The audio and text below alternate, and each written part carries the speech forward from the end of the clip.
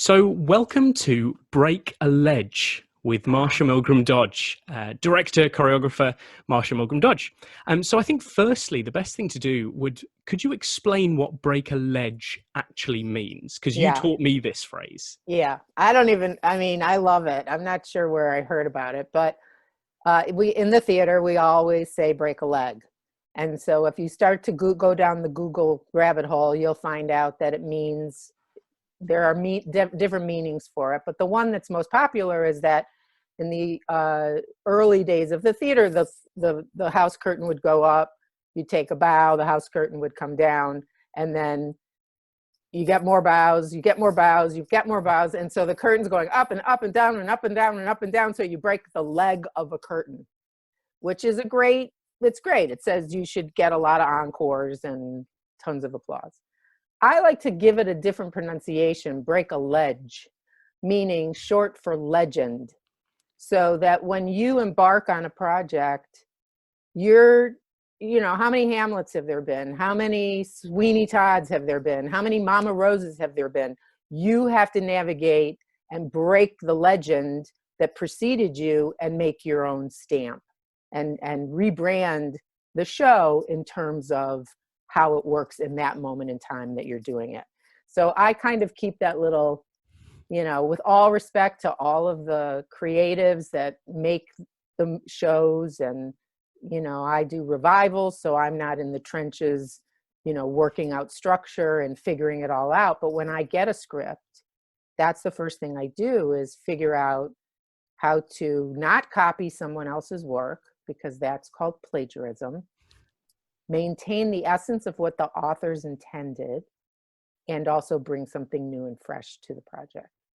And So that's kind yeah. of what we're going to talk about today. But specifically, we are going to look at Fiddler on the Roof Yeah, and your production. When was this production? that was 2014 at the Maltz Jupiter Theater in sunny Jupiter, Florida. And we were there in the late fall. So we actually had Thanksgiving with the cast down there. So that was lovely. Nice. But it was November. It ran right. It rehearsed in November and ran right up to Christmas or something. Yeah.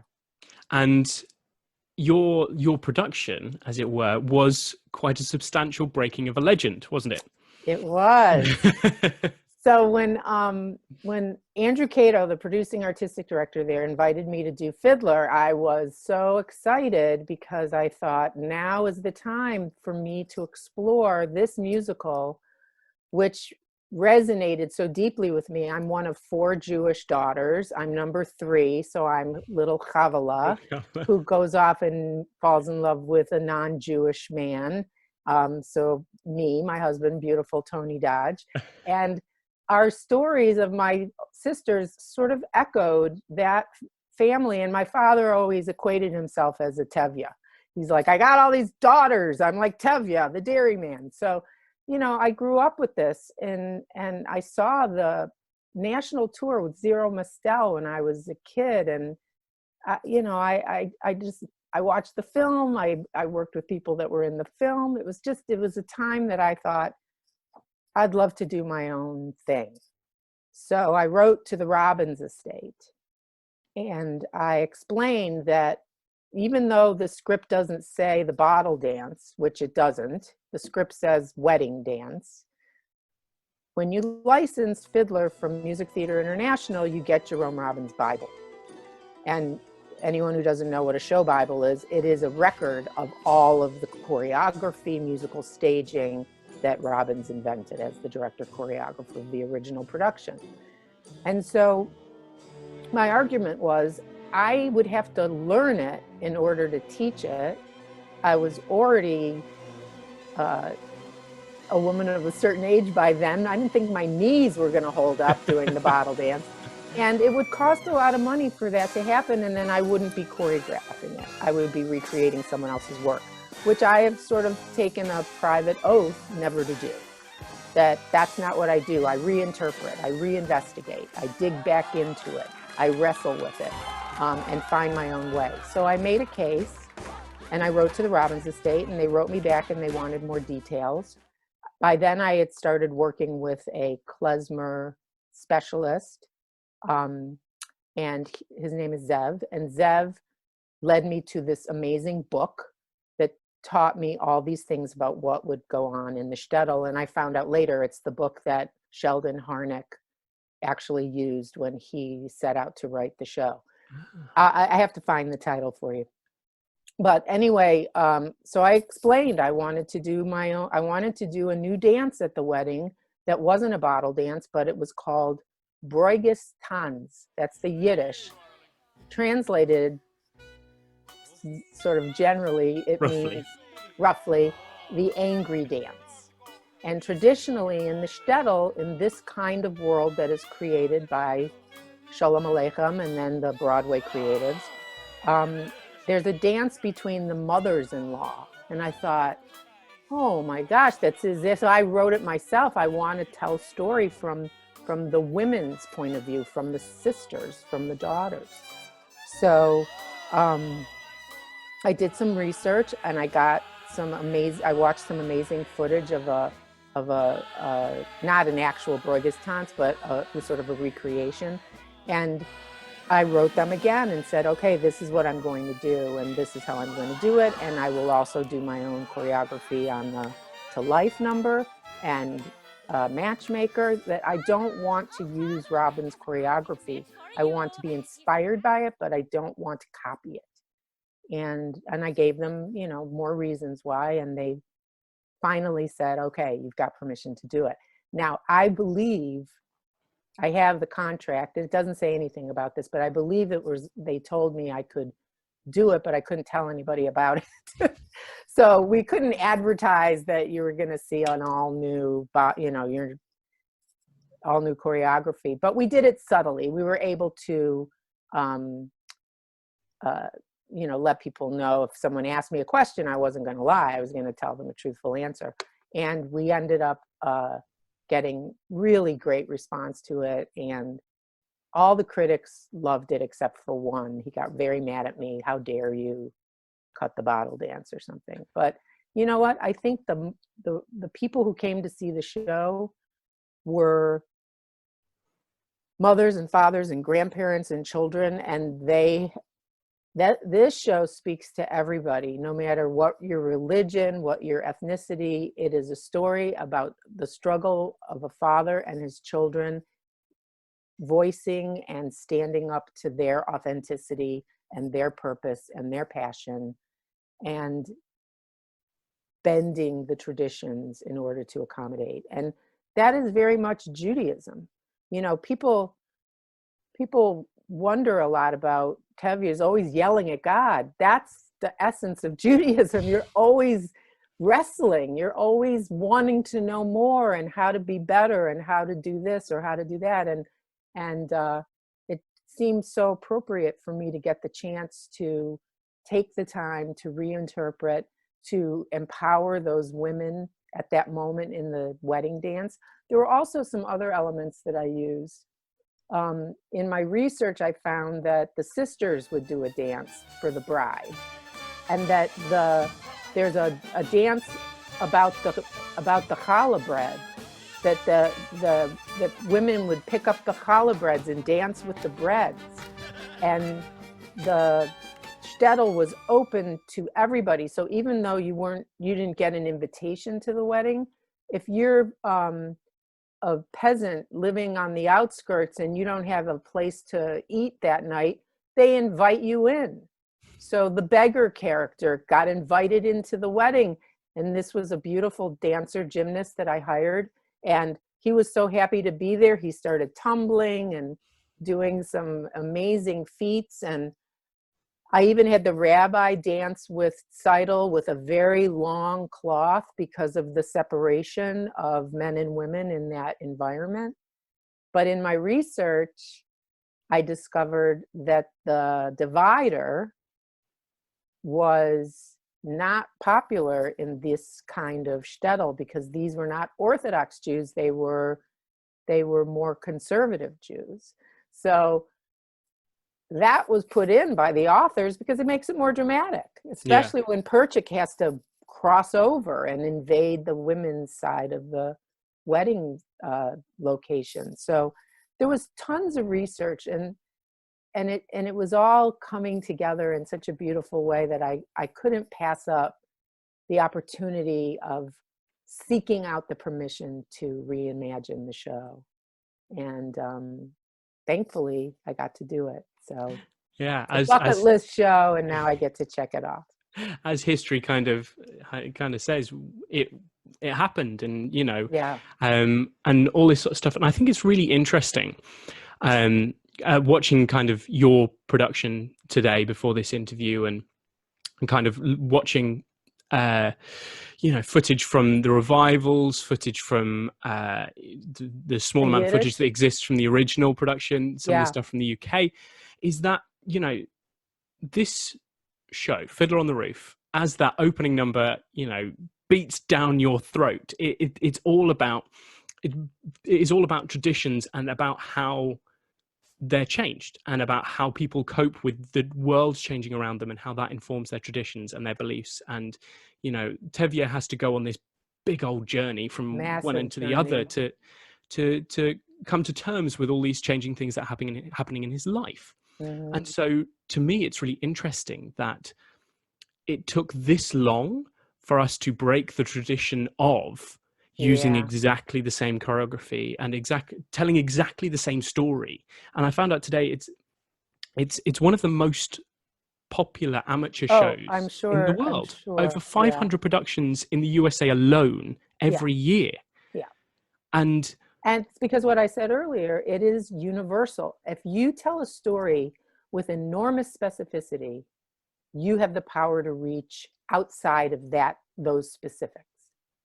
And I believe it's true because of the way Fiddler has been embraced all these years, 50 plus years. A show like A Chorus Line, not everybody's a dancer, but that show was so specific. And at the heart of it was a story for anybody who's ever had to try to get a job. So even though you don't have to go in for your job interview doing fouette turns and high pike kicks and splits, you still have to walk into HR and sell yourself in order to get the job. And I think that Michael Bennett and his team tapped into the anxiety, the desire for anything you want to do. And I think when shows are really, really specific, you come away identifying with certain aspects of that show, whether or not they're celebrating your specific culture, religion, demographic, financial situation. You will find connection. Because at the bare bones of Fiddler, it's an incredibly specific story. Yeah. It's about a small family in the shtetl in what was originally a much larger Russia, of a small community, of a small Jewish community, and then being displaced. Like looking at it from a very black and white perspective, it's so specific. Yeah. And kind of is on that level is very surprising that it was the massive success that it was. But as you say, when you actually take it for its themes and for all of this, because also you've got this huge amount of generations and how the older generation has to come to terms with what their children want and need and think. And so I think, as you say, you're right. It's universal in its reach because of that. Absolutely. But I'd like to just kind of go back to your production and not just this production, but obviously you've worked on hundreds. You've worked on hundreds of productions, and as you say, you try never to reuse something that someone else has done. Correct. So, what were the first things you did when you went, okay, I'm going to do Fiddler on the Roof? How did you start? What was step one? How would you? And then talking to kind of other directors, how would you encourage them if they wanted to go, right, okay, I want to sit down and start forging my path on any piece of theatre? How would you recommend they go about that? Well, I had a lot of stuff already in my database, so to speak. I also grew up in Michigan, in suburban Detroit, and my dad's a big art collector. And he had a painting that hangs in their living room by an artist called Shalom of Safat. and Safat is in Israel.